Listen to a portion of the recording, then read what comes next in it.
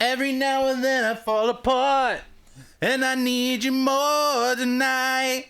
I fucking need you more than ever, and if you hold me tight. All right. Hey guys, I like the flannel, sir. Thanks, man. Yeah.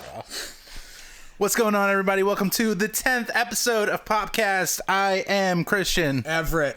And today we're just gonna bullshit. We have been doing a lot of director episodes. We're gonna dial that back so that way we don't fall into a category where it's just like all they talk about is directors. So we're gonna talk about assistant directors. Assistant directors. First off, we've made it. This is the first hump, and it's the only time that we'll ever have to deal with it. We made it to the double-digit tier of episodes. Double dig. 10-1-0. X. Yeah. Episode X. Congrats. Eventually, we're going to get better microphones, possibly. Yeah, you should probably tilt this up a bit. I'm going to tilt it up a little bit.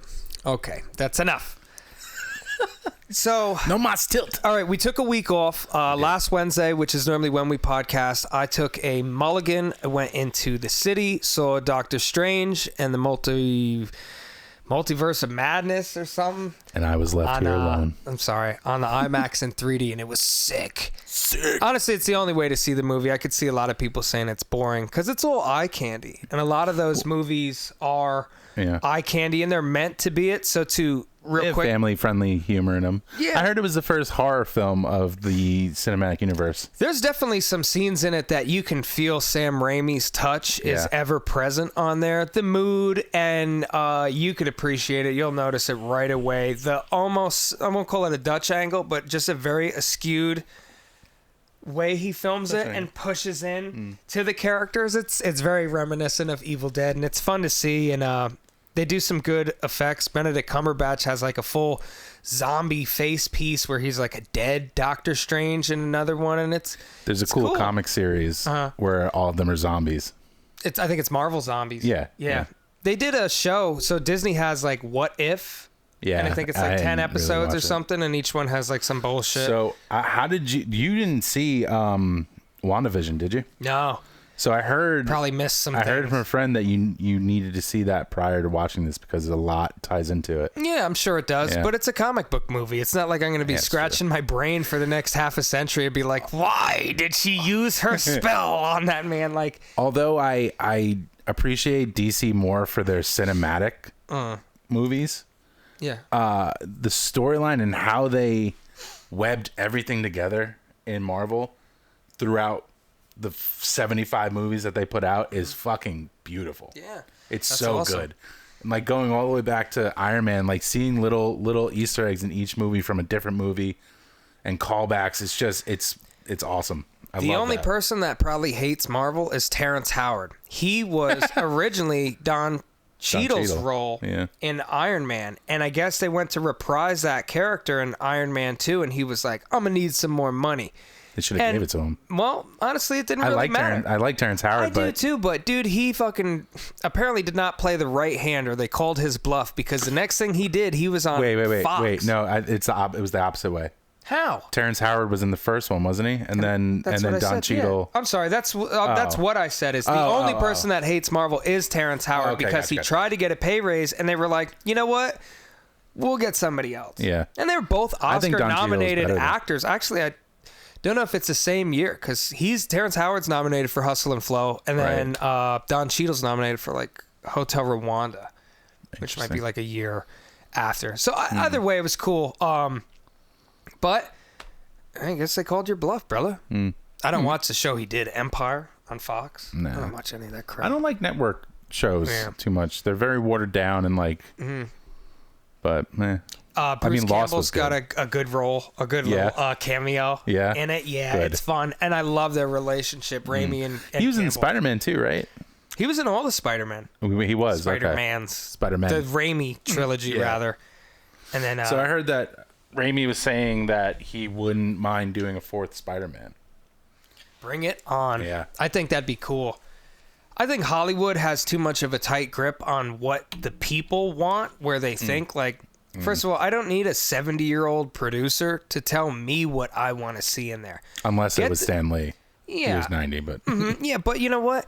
Get the goddamn X-Men in there. Bring this in here. Hopefully they Involve do. everything in it. I don't want to speak too much and give a lot of things away. I'll let you enjoy it when you get to it. They have to because Marvel Disney bought Fox, so they have every right to use them. And if they didn't, yeah, I couldn't see any path forward where they didn't put anything X-Men in to the universe. And they want to. It's just a shame that they weren't able to do it sooner. Exactly. Honestly. Yeah. Because like during Patrick Stewart for so long, during like Civil War, like Wolverine played a huge part in that in the comics, and it's just, I don't know. Shame. Yeah. And where's Blade? Yeah, right. Where the fuck is my Blade should be remake? Coming soon, right? Didn't they drop a hint at the end of Morbius or something? Yeah, so it's at the end of Eternals. You just hear Mahershala Ali's voice as Blade. He says something. He's like, "I'm a Blade." I heard Eternals flopped. Yeah. I have no idea what it's about. I'm just not interested. I'm not going to lie to you. 80% of what Marvel's going to be doing, whether through Disney Plus or whoever, I have zero interest in it. I don't think Anthony Mackie's that great of an actor, and I don't give two fucks if he's playing Captain America or Jesus Christ. It doesn't matter to me. I just don't want to see it. I've never been a fan of his. Yeah, unfortunately. 8 Mile, maybe. But tank top Doc. Screaming Lotto, I don't fit you. Yeah. Is that it I think he's Papa Doc. Or no. Okay. One of them. I don't remember. I don't hate him. It's not that I like to spy. I just don't want to see that character arc. I'm so content with where Marvel stopped. Endgame, it's fine. I don't need anything else thrown in there. You know? Do you mean when Robert Downey Jr. stopped? Yeah. Okay. Exactly. That stopped for me. Phase 3 or 4 or 5. Now we're in phase 4. Well, that's why I didn't care about Wanda Vision. I don't know what they're doing with Black Panther 2. Oh, you did see it? Yeah, WandaVision was really good. Okay. Yeah. It has a lot to do with like. So, I mean, not to give it. I mean, not. Fuck it, spoiler. So, Wanda creates this universe where her and Vision can live together, and it's shot through her mind, and it's like a sitcom series. So it's almost like the Truman Show, and Vision is like slowly realizing that they're not in the real world, and Wanda doesn't want to give Vision up because he died. Yeah. And if the world ends, then they end.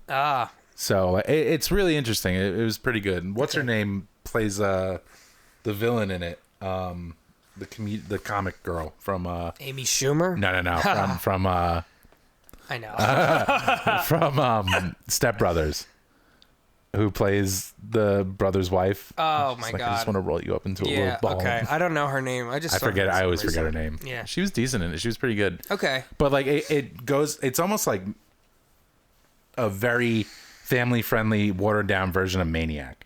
Okay. Where did you see Maniac? I don't know what that is. The show Maniac. Never heard of it. Please watch it. What even is that? It's a series on Netflix about people with mental illness going through a experimental treatment. Okay. And Jonah Hill's in it, and what's her name? Emma Stone. Emma Stone's in it. Okay. And it's Cary Fukunaga. Okay. Directed it. It's fantastic. Fan-fucking-tastic. I would watch it again. Cool. We did watch it twice.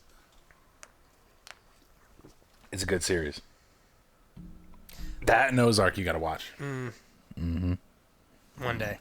Well, on your Wanda story here, the Doctor Strange 2 does have a lot of things going on with I think it's Elizabeth Olsen that plays Wanda. I want to say Wanda Sykes, not the comedian Wanda. Of her and her kids, basically trying to get to them, and obviously the whole multiverse carries with it like, okay, if I'm alone here, then out there's another world where I could have my kids back, but then what do you do with the Wanda that lives in that world, and it kind of has all that. It's a subplot. I mean, it doesn't really do anything for me, and the kids that they had in this movie weren't very good in it.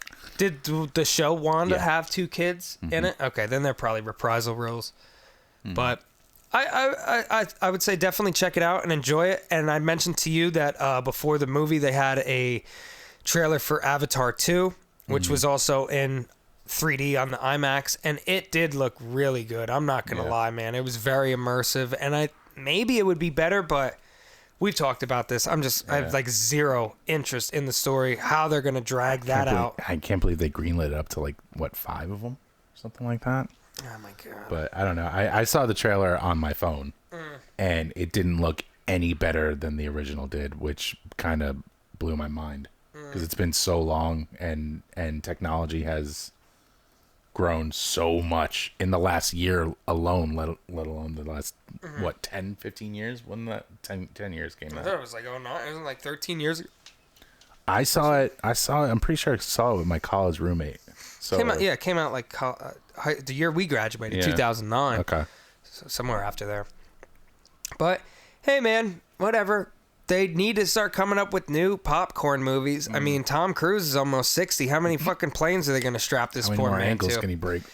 They showed a 5-minute preview for Top Gun 2 as well. Like, a lot of it. It actually didn't look too bad. It was too long of a clip to show to entice people to go see it, but it didn't look that bad. I'm not a fan of the first one. No? No. Not at all. Is what's his name in it? Val Kilmer's dead. Not the actor, his character. Didn't he play Goose? Yeah. And he died. He didn't die. In the first Top Gun? He gave him a thumbs up at the end. Did he? Yeah. Then who died in that? His other buddy. Oh. I don't remember. I've only seen it once. I would not rewatch it. There's certain movies that they're 80s movies. It was a different time, and like I'm not into that. I hate that song from Top Gun. Danger Zone? Oh, I know. Oh, what a hunk of shit that song is. Danger Zone. Maybe one day we'll use it in a movie. Danger Zone. This podcast is going to turn to a musical one day. That's fine. We're going to sing the entire thing. So Christian and I didn't do the podcast last week. However, this past Sunday, we shot non-linear for the new project that we're working alongside 2 other writers. The first time that we're branching out and using other people's creative juices. And we got some footage in the chamber. So we're going to be talking about this probably for the next 2 podcasts until we get it done mid-June, maybe like 2 more times. So early June. Very early. Yeah, so we have a deadline, and it's June 13th is the absolute latest we can get it to our fellow producers. And it's going to be rough because we have 2 more weekends of shooting it.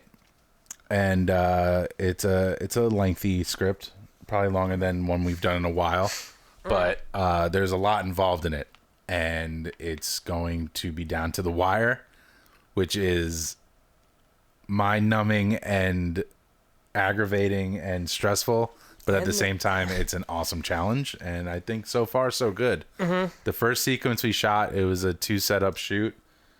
And it took us what we thought it would take, like, I always say it's about an hour per page, unless it's until the end. With the 1 page we did, it was all dialogue, and because we've worked with these actors before, it fired. I noticed even the last take, and it was late, like we set up at 8:30 at night, and then by the time we got done teardown and left, it was 2 a.m.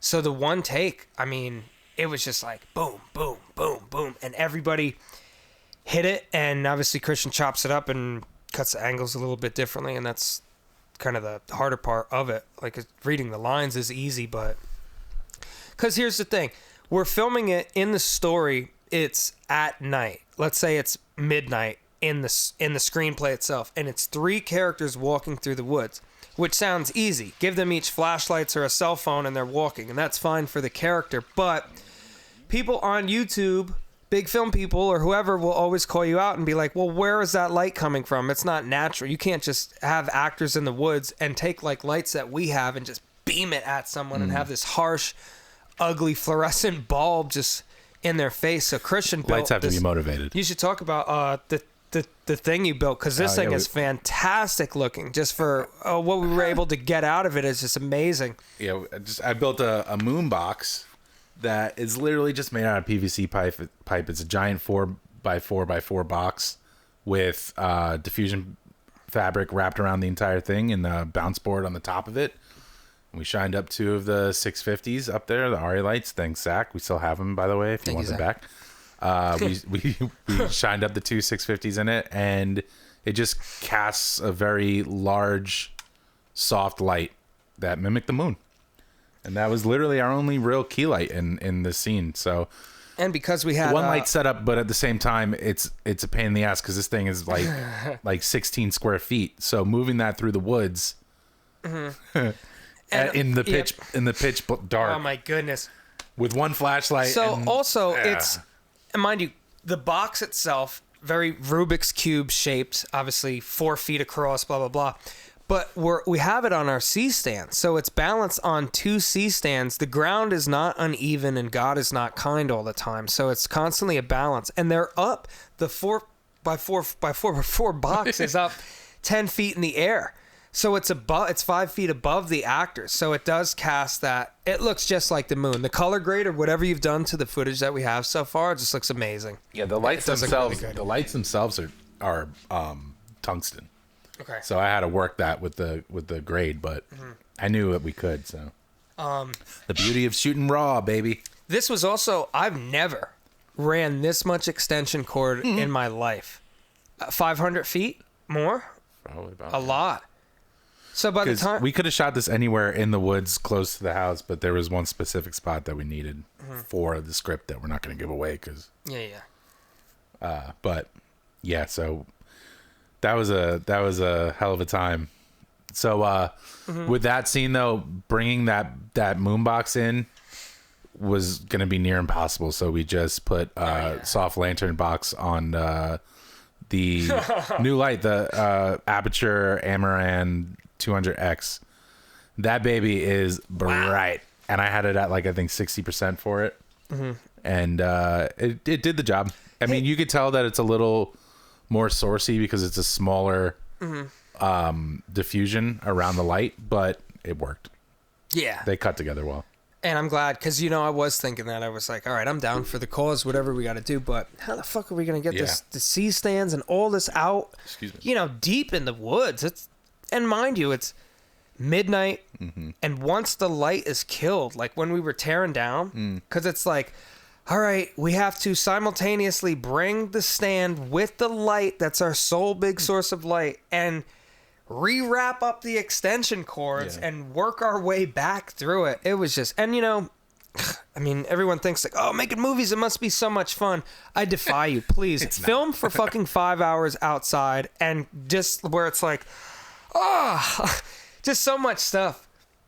So if you're a budding filmmaker and you get frustrated on set, just know that is the typical day of filmmaking. It's not fun in the process. I mean, it could be, but for the most part, especially if you're an independent, small production company like us and you're doing everything, shit can get hectic. But you know, at the end of it, like you know, the next week when you're not doing anything, you're going to be wishing that you were back on that set, painstakingly moving. I think the toughest thing for me, because it's like, all right, we're taking a step back and doing producing and acting, and I'm playing Paul.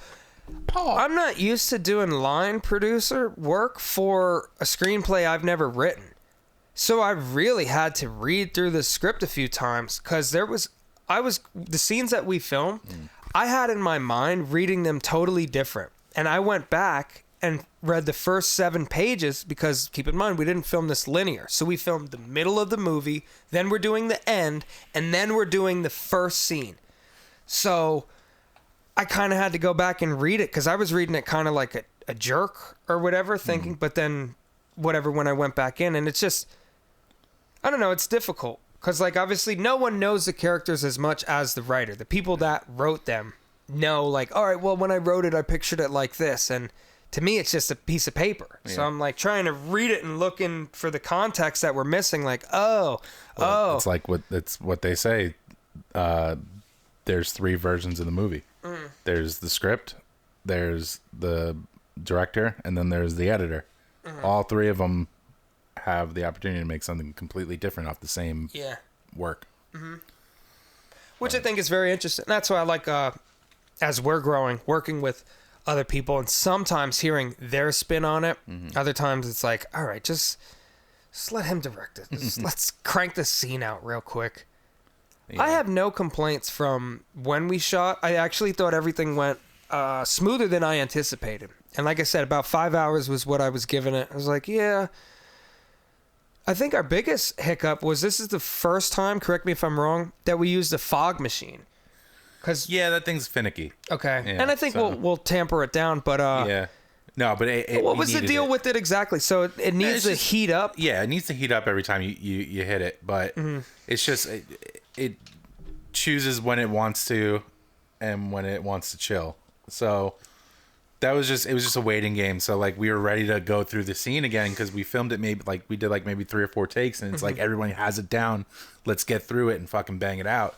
And then you have to wait 5 minutes for that thing to heat up and shoot. And also get someone with either a free bounce board or something. Because we're shooting outside. Because then it's going to look like a Willie Nelson concert. We can't just have one plume of smoke in front of the actor's face. It's got to be. If we were in a controlled setting, it would be a little bit easier because we just have to shoot it once indoors and then it would stay in the air. But since we were outside, it wasn't windy out, but you can't even. Kind of muggy. It was nice. Yeah, you can't even feel the wind. But it was there. But you could see it once the smoke comes out, and then it's a matter of getting it in the right position without it being seen in the shot. It's just a bunch of logistics that you have to go through. It did look good, especially because keep in mind, as I was saying, all the characters in the scene all have flashlights walking through, and they were big, rechargeable. Yeah. I don't even know what kind of flashlight to call, LED flashlights, but the beam of light from the flashlight just cut through the haze and the fog and everything from the machine we were using. It just looks so good. Basically, if any movie that you watch, if you could see a beam of light, it's because they haze the room, and that acts as just a soft bounce for the entire scene. So if we didn't have the haze, it would probably be a little bit darker on set. Okay. Just because it's a natural diffuser. Okay. And it just looks pretty. It did. Plus, it gives it atmosphere for this horror film that we're shooting. So. Yeah, it would have felt empty too. It would have felt so empty without it. Yeah. And the smoke, even in the one scene where we kind of set it up to where there's 2 characters and then the third guy in the background. So 2 in the foreground walking, doing exposition, and then 1 in the background. We'll just say concerned or whatever, in the woods, oh, what's going on?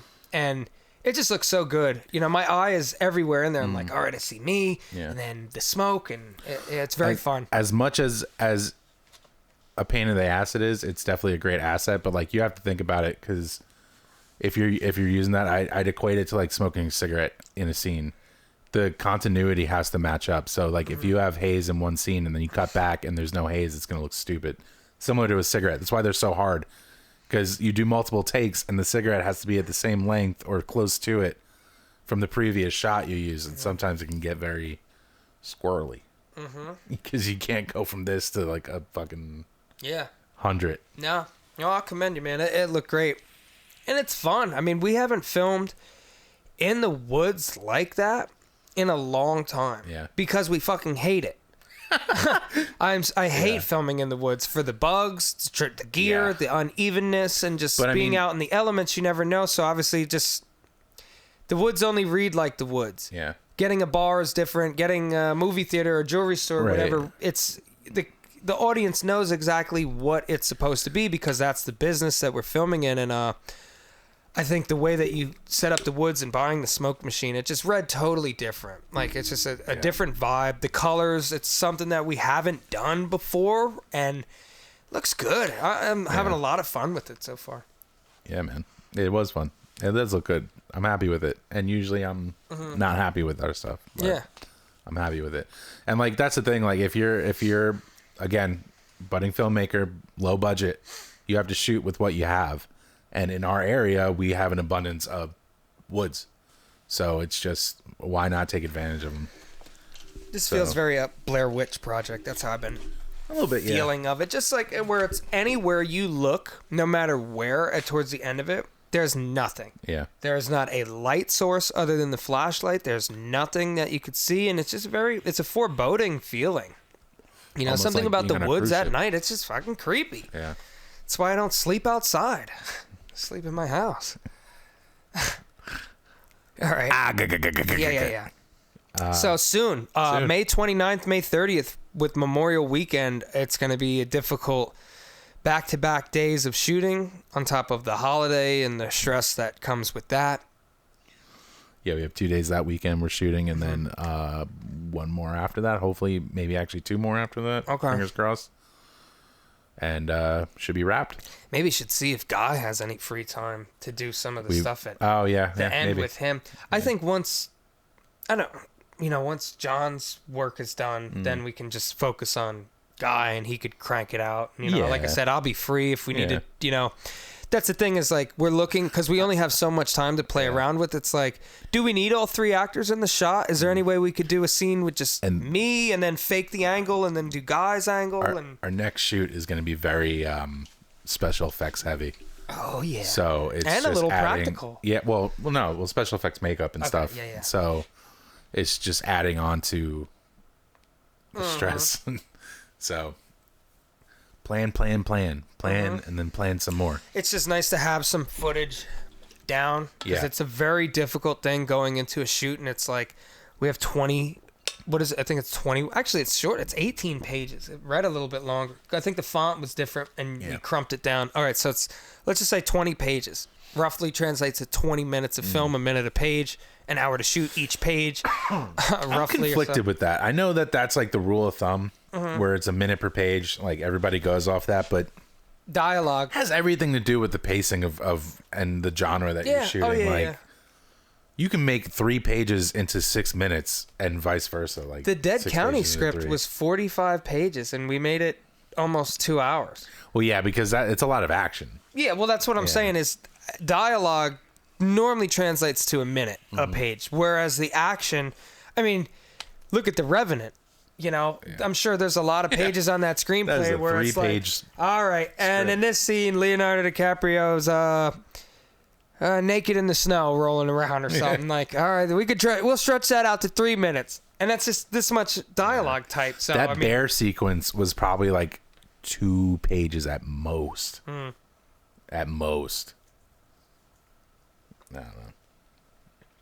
Anyway, gorgeous movie. But to wrap up this, did we say the title of what we're filming? Have we talked? No, it's called Swamp Water. Swamp Water. SWUMP Water. And thankfully, in June, one of the scenes that we're filming, it's going to take place in a bar. And very much looking forward to that. That's going to be cool. Shout out to Darren. Darren, the proprietor of this bar that we've actually filmed in 4 years ago for something. But twice. We filmed Jimmy's music video in there, too. Oh. Remember? I barely. Yeah. Wow. That was so long ago. Yeah. Well, anyways, I'm excited because I've often said, I was like, man, every freaking actor that we get has like an eating scene, and they're just the easiest job, just sitting there eating chicken wings. So now I'm in a bar scene, acting in it, and I'm bringing the chicken wings because that's what I'm going to do. So while Christian is stressing about lights and audio, I'll be eating some teriyaki wings. Fun. So we also have, if you can't tell, or if you're actually watching it, a poster hanging. We swapped it out. The Dead County one broke. This is another movie of ours called All Men Can Be Monsters. It's a werewolf film that we shot in January 2020. Yeah. 21. 2021. And we've had this in a few film festivals too. One in LAFA, Black Bear Film Festival, one in Idaho, something else. Recently sold the rights to it to add it to an anthology we've talked about before through a sequel. Through Dark Side Releasing, same company that we use for Dead County. They came out with an anthology film that's on Tubi right now called Built to Kill. And this one will be also called Built to Kill, but 2 is the number 2. Clever. Yes. And I looked at the trailer for it, and it looks... The first one was actually really good. I actually didn't watch the trailer. No? I remember you sent it to me, and something I didn't watch it for whatever reason. I just fucking regret that. They got a bunch of festival-winning shorts for the first one, and some of them were really good. Okay. And the second one seems like it's going to be as good, if not better, production-wise. It looks like some of the shorts had a lot bigger budgets than the first, but Should be fun. We haven't gotten a release date for it yet, but it is coming soon. And once it's out, we'll link it down below. You guys can check it out. Nice. It will more than likely be on Tubi because the first one was. So I'm assuming that it will be amongst what other platforms it'll be on. So in the meantime, if you're watching this and it's still May, June 2022, you could just type in All Men Could Be Monsters. It's on YouTube. It might be a private link or something. Do we have it or whatever? It don't matter. None of this matters. At the time when we did this, I want to go into this movie a little bit. Sure. I love it. I think it's one of my favorite projects we did. Yeah. I'm a big werewolf guy. American Werewolf is my favorite. And I love everything about this. The poster, the font that we chose for it. I also like the fact that you were more than willing to be along for the ride where it was like, I don't want to do it where it's just a werewolf movie, a scary werewolf movie. Yeah. If you are going to watch this, you have to earn that. You have to watch it to earn that scare because it's all story. I also do like the fact that the character and the audience see and learn things at the same time. Because he wakes up at the beginning with like a claw mark on him and it's like, well, what the hell is that?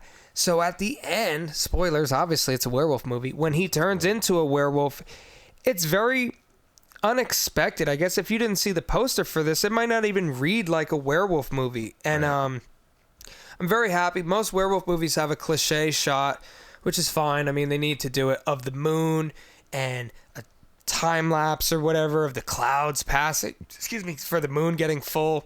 And we didn't do that. We didn't want to do that cliche shot where it's like, you already know it's a full moon or whatever's going on and get right to it.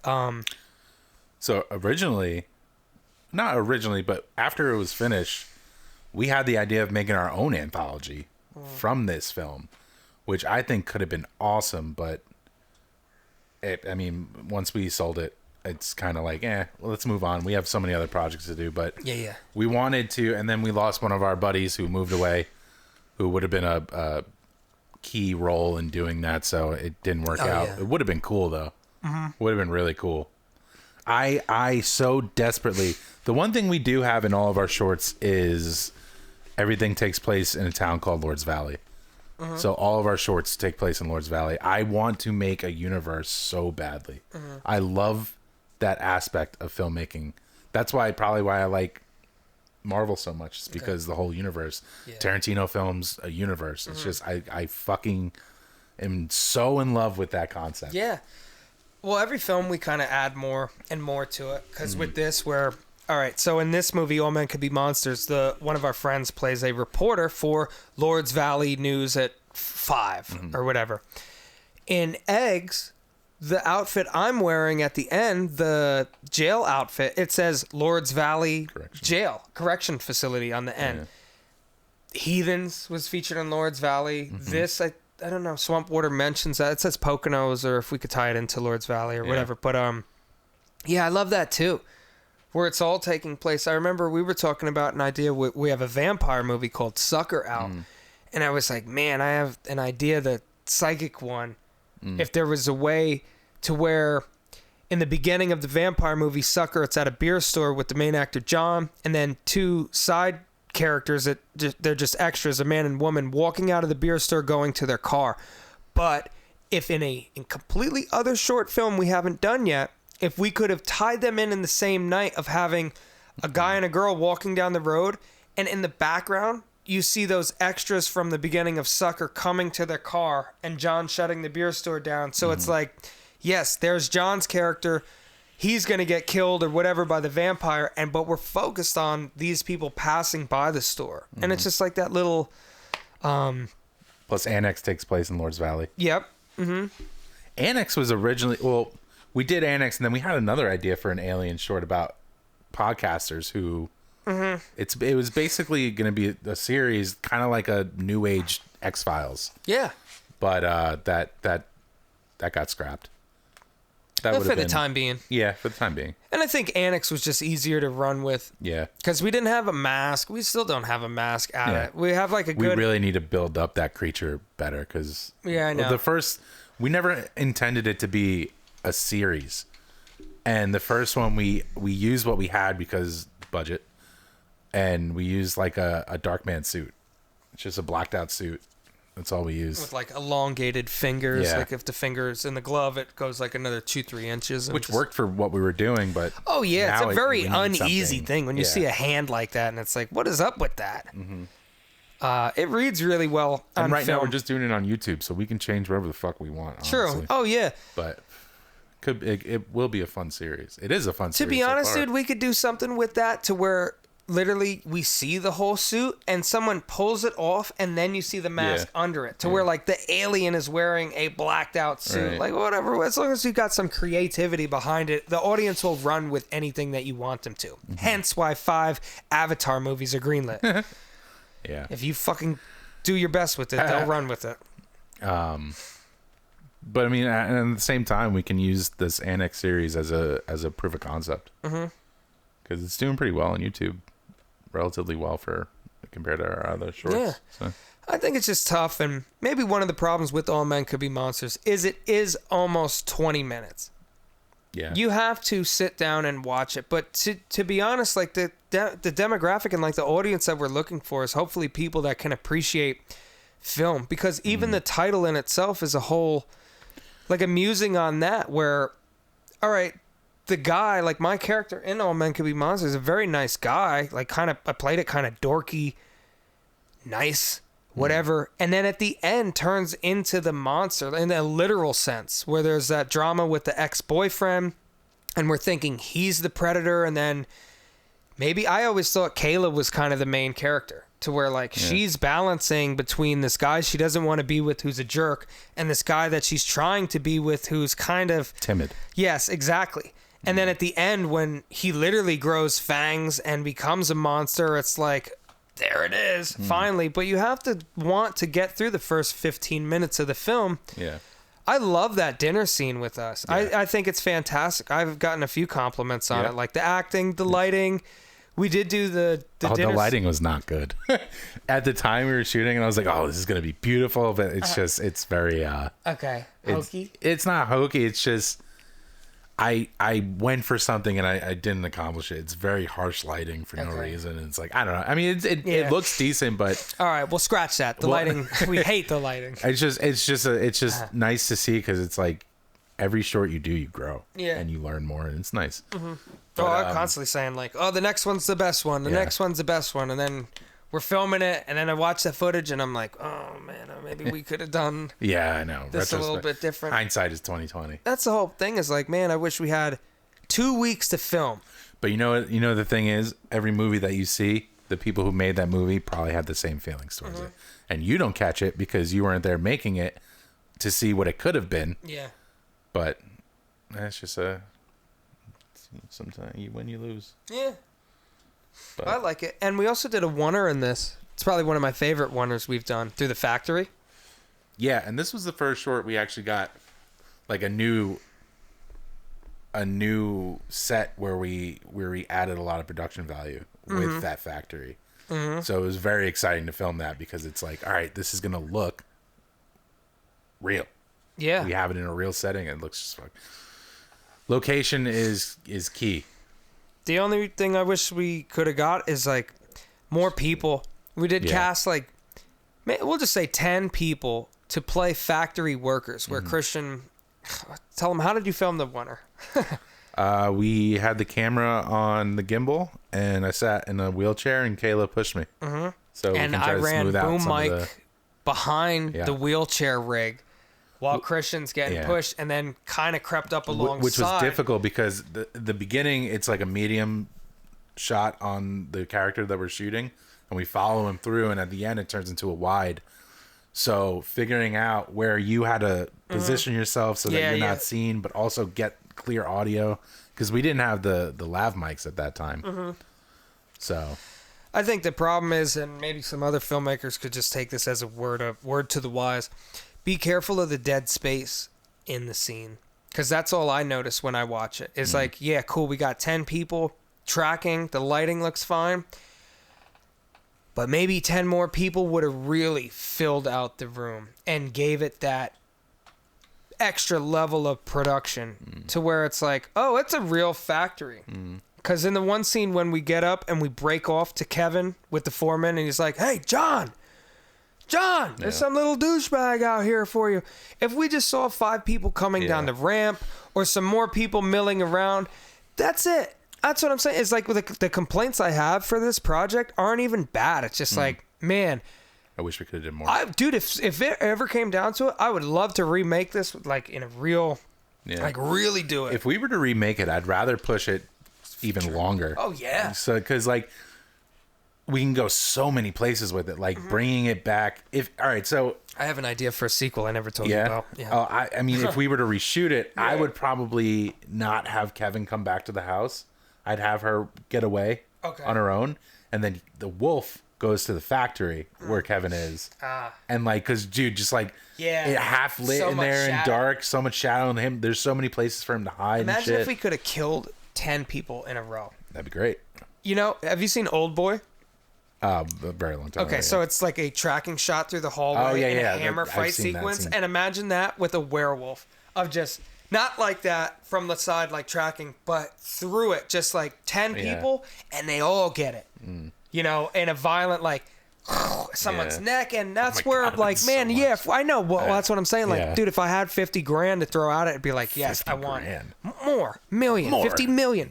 If we had like $100,000 for that shot, Jesus Lord, well, I'll try. Yeah, that'd be fun.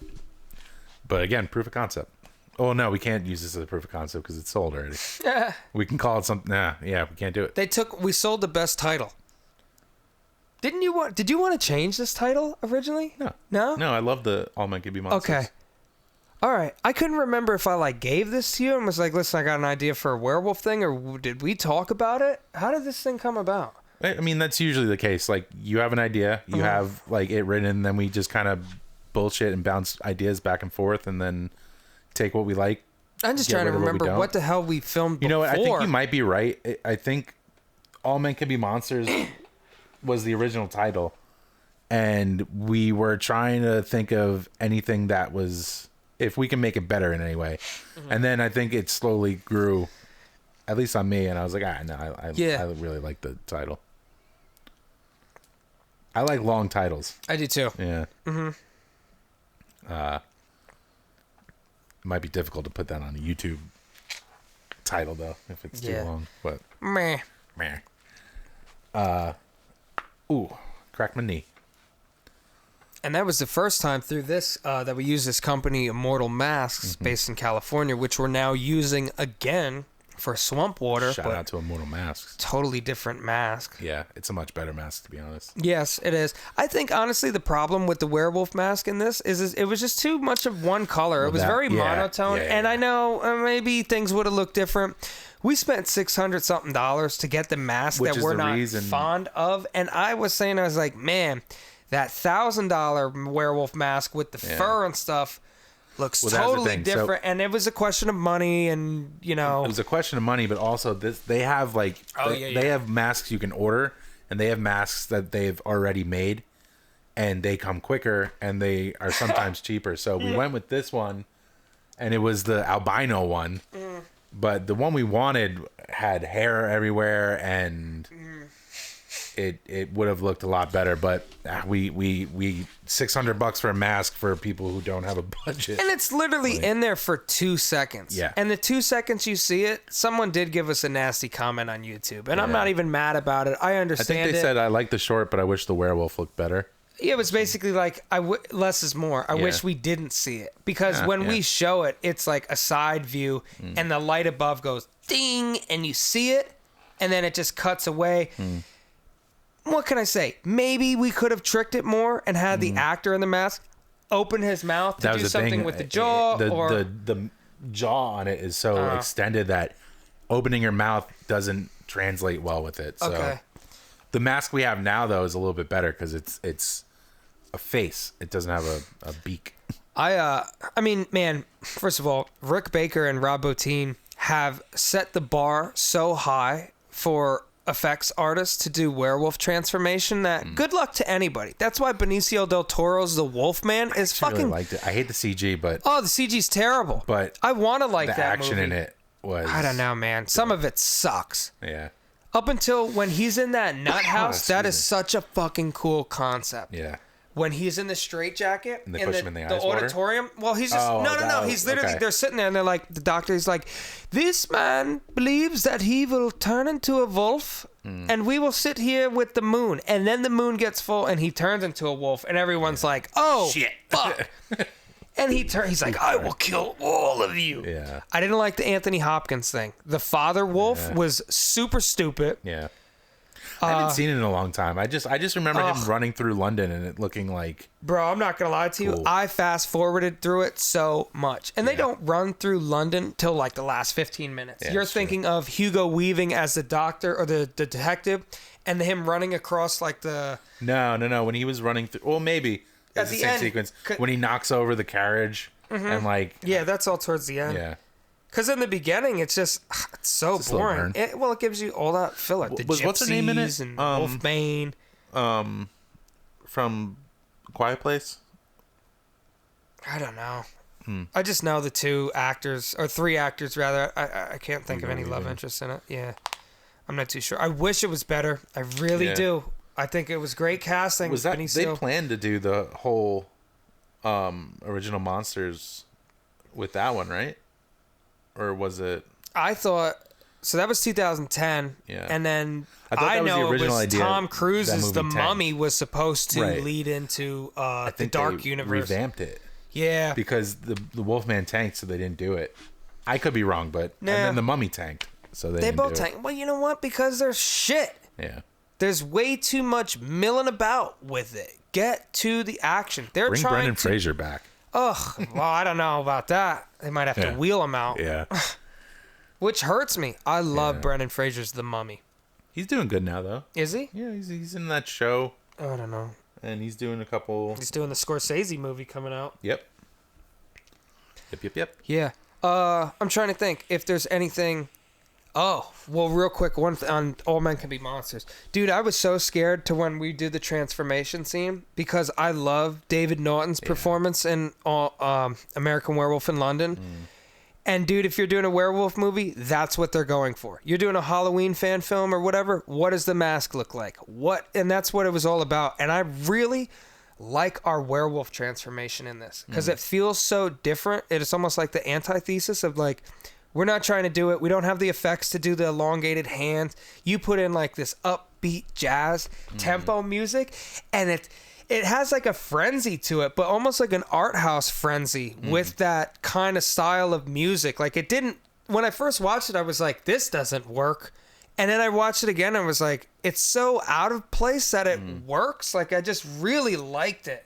Okay. I really like. I rewatched All Men Can Be Monsters not too long ago. I mean, of course, I wish we could have did more, but yeah, no, me too. You do what you can. Well, this was the first time that we ever bought, and I wore contacts to change the eyes, and then teeth and stuff, and just really tried to like, all right, well, if we can't do the fur and all that, let's do the first part of the transformation where it's like just, oh, this dude looks kind of crazy, and then it changes. I like it. I think it aged really well. And I really think it's so funny. When Christian and I filmed it, the opening scene of All Men Could Be Monsters, there's like 3 feet of snow. And it was very cold. And then, of course, we can only film on weekends. We had to give it some time. So by the time my character gets to the factory and confronts John, played by Kevin McComb, it's like 85 degrees and it's so bright. Yeah. And Christian has his cameo as a weather reporter, and I was like, dude, Wacky Willie with the weather. Please call us out on it. If there's a shot where they're gonna be like, what happened to all the fucking snow in the beginning of the movie? We just addressed it right away because he plays the weatherman. He's like, whoa, the weather's been real wacky. We had 3 feet of snow, and tonight sunny and 75. Better grab your sunscreen. Yep. And I'm like, good. You know what? Because there's nothing we could do about it other than accept the fact that yes, we as Pop Films realize it, and here's the joke, like, you know, and kind of nudging it along, like, hey man, don't bust our balls about the snow. We understand that. We need another Wacky Willie something somehow. Oh, Wacky Willie with the weather. Dude, you should try and include it in Swamp Water when we're at just getting bar? to the thing or something, when we're in the car and it's like, so this is the place, and you hear it and it's like, tonight's gonna be hot. This is Wacky Willie, and shut it off. And like, I hate that guy. He's always wrong. Yeah. Speaking of which, we got rained out our first night, and the weather, we rescheduled. We were supposed to shoot Sunday night, and then we rescheduled to Saturday night because it was supposed to be a torrential downpour. And then the weather changed every 30 minutes to where Saturday became a torrential downpour, and we got washed out. We just did like a read through and talked about production. And then Sunday night, it was saying it was supposed to torrential downpour up until like 6 p.m. And then the sky cleared up right before the sun went down. It was just like, thank you so much, baby Jesus. I know, I was freaking out, man. Yeah. It's like, oh my God, we're going to get rained out. Yeah. At the end of the day, they have the deadline. Like, I mean, if it was possible, we would have filmed, we'll get it done. But the weather, I mean, what are you going to do? Yeah. In Pennsylvania, just nonstop. But that's why I stress again, like, we got some footage, and that's the best part, is like taking the screenplay, spreading it across the table, and like, all right, cool, we could take 5 pages out because now we have them. And then we know what we're going to do with this, and it just makes it a lot easier, man. It's like, if you're making a big dinner for someone, it helps once you finally have the food prepped. And that's where I feel we're at right now. It's like, oh, thank God. Yeah, and also seeing like where this is going potentially. It's like, all right, this sequence looks beautiful. I'm extra pumped to shoot the rest of it now. And we have another sequence that we have to shoot in the woods. It's very special effects heavy.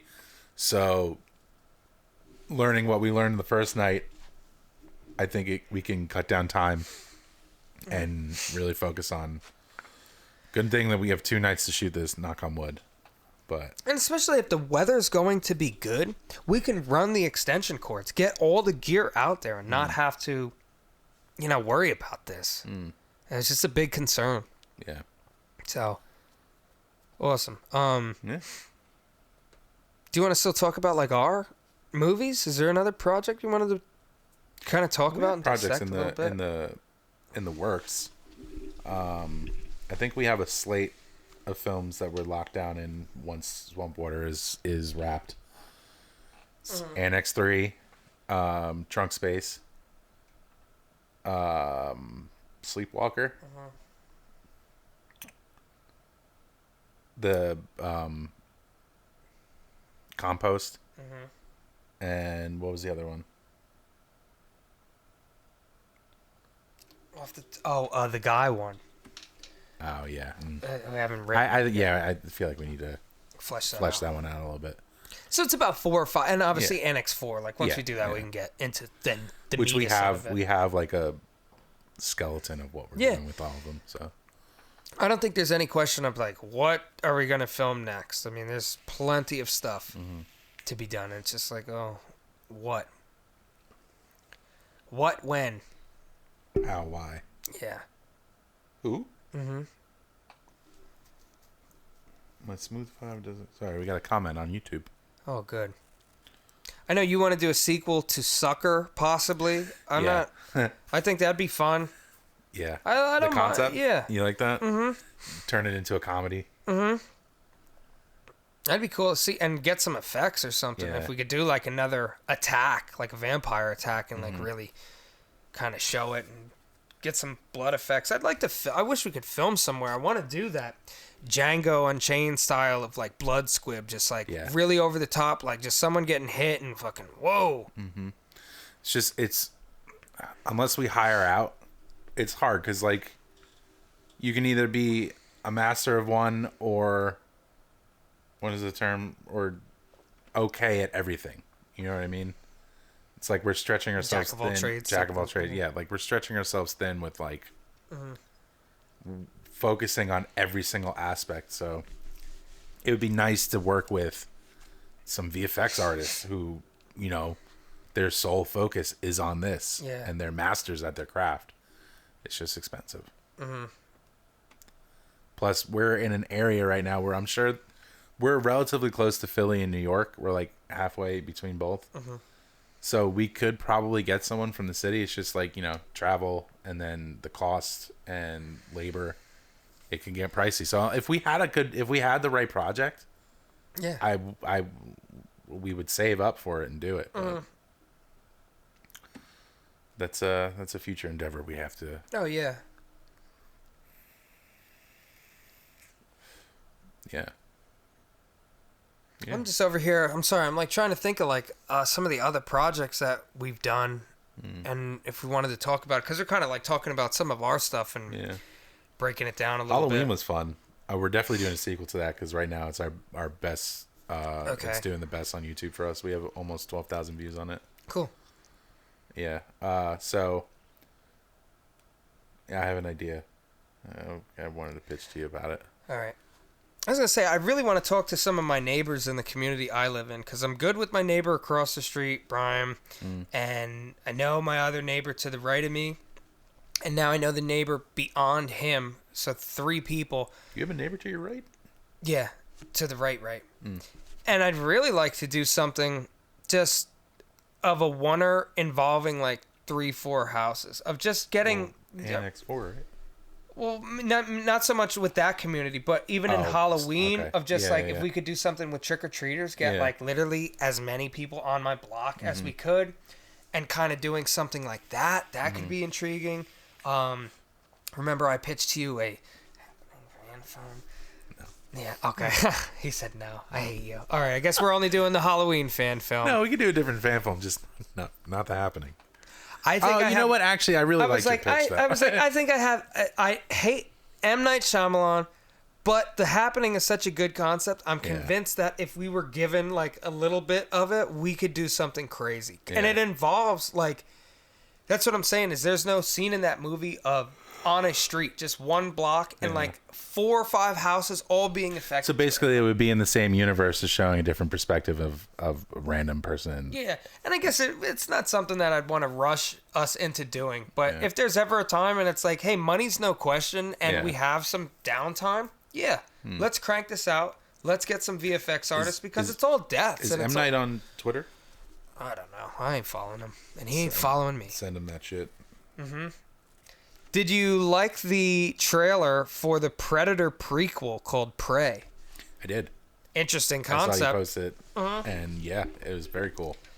Set in like 300 years before the original Predator. It's about like Native American. Yeah, Native Americans versus Predator, and he comes down. And I think that's just awesome. I really wish, like, I like stuff set in the 1700s and giving it like a horror aspect. They have zero... they're probably like, what the fuck is that? Like, in the trailer, he's holding up his bow and arrow to it. Like, what? I'm curious to see, like, how they push the story along and how they have it, like, where there's a fair fight between the two of them. Because even with, like, Arnold and his fucking machine gun, it's not a fair fight with them. Mm-hmm. No, not at all. It should be. Well, I think it's all going to be about wit and stuff. Yeah. And I just think it's an awesome There's a lot of movies that try to do that just flop. Cowboys and Aliens, where it's just like, all right, it's set in the 1800s or whatever, and then you have... I never saw it. John Favreau directed that. Mm-hmm. And let's just say Abraham Lincoln versus the Vampire Hunter. That movie was kind of fun. It seems like it could have been really fun, but I mean, it's just, I like... And I haven't seen any of these that I'm mentioning. Pride and Prejudice and Zombies. I like...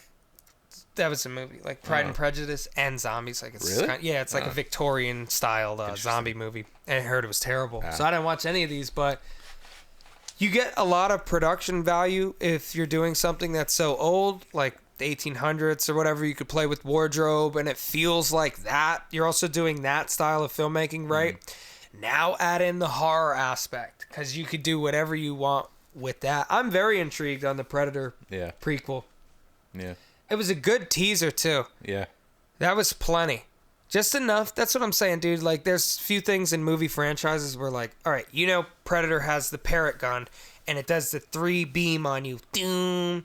When I saw it, I was like, that's plenty for me. Yeah. We know once it hit the lady on the head and it cut, she's done for. Yeah, because trailers nowadays give way too much away.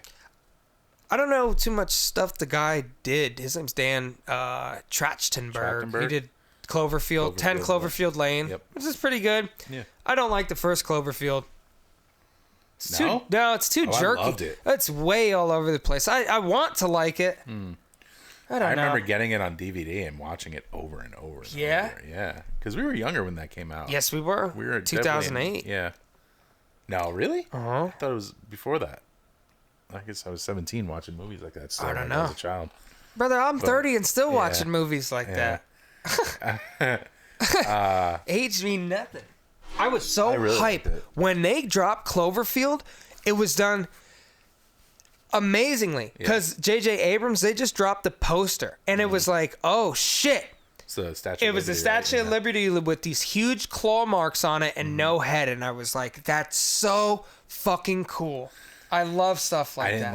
I didn't, not that I didn't like Paradox, but I felt like it should have been its own movie. Cloverfield, the last one? Yeah, that was terrible. In space.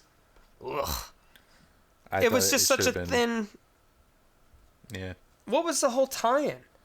So they went to space in order... It was the creation of it. Okay. So they went into space to try to pull power from something, and they ended up opening up a parallel universe where that monster was able to...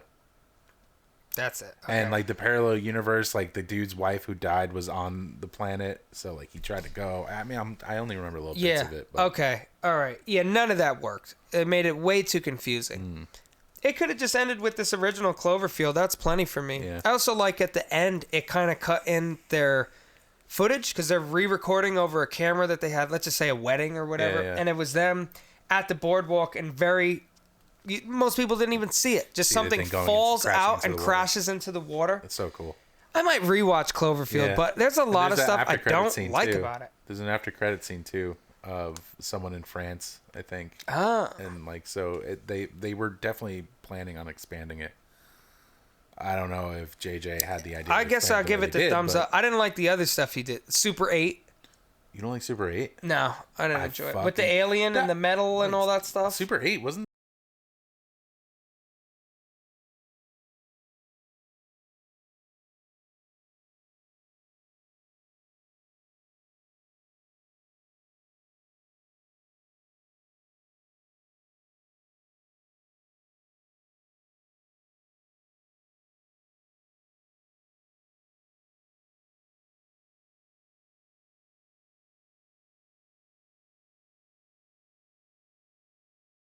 that Spielberg? Yeah, no. Oh. If you're getting your phone. Oh, no. You know what? I remember watching it and thinking it was Spielberg-esque. Like, yeah. Goonies versus... And also the alien wasn't that bad. Wasn't he just trying to build a ship or something? Yeah, the alien was... I remember watching it and loving the film, but the alien was a letdown. There you go again. You could have a amazing film, and then once it's time to see the monster, and it's like, lame.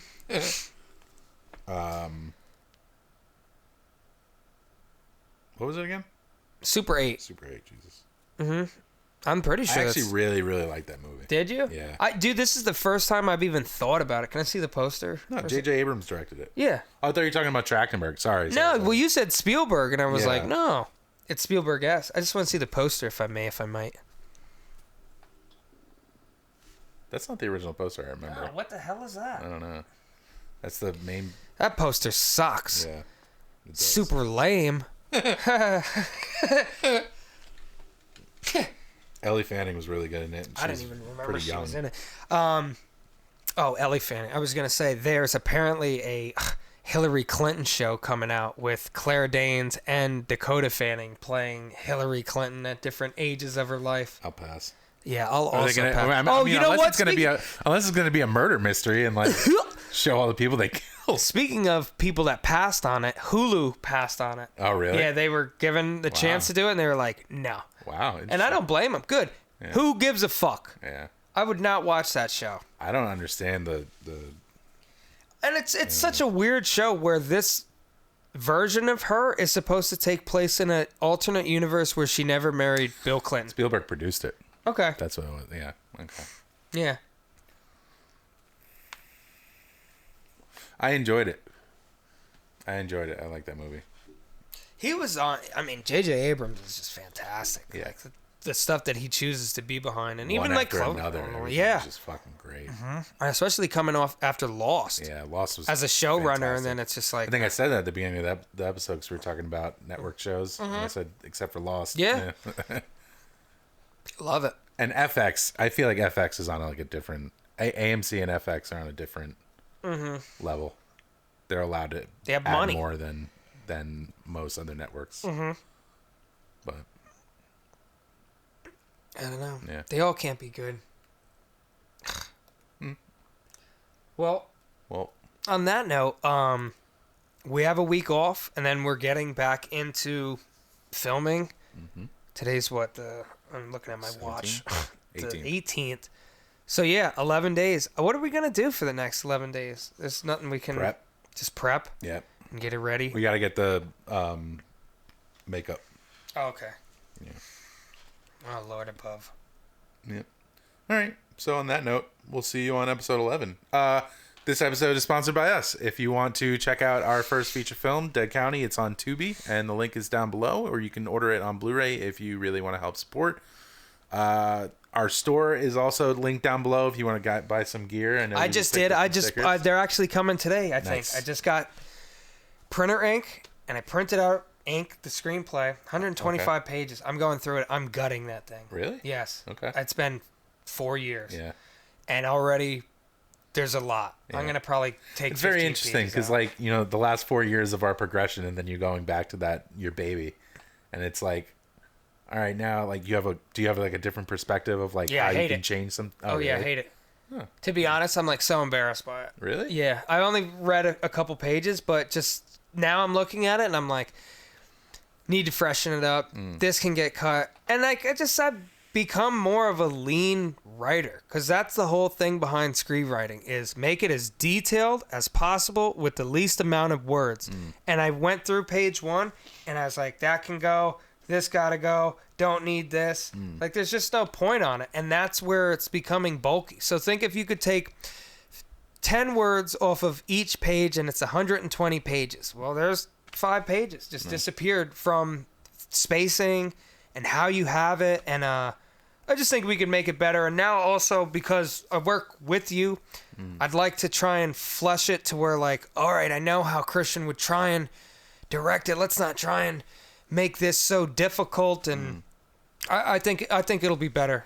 I don't hate it. I have no complaints with it. It was just, I was 25 when I wrote it. Now I'm 30 and we filmed 10 movies together. So I'm like, all right, this can totally get changed. Right. And that's cool. Just little dialogue and stuff. That's why I was like, man, I gotta fix Ink, the one screenplay that's like a full feature, and then I think I have 4 screenplays that are 30 pages long, and I need to finish something.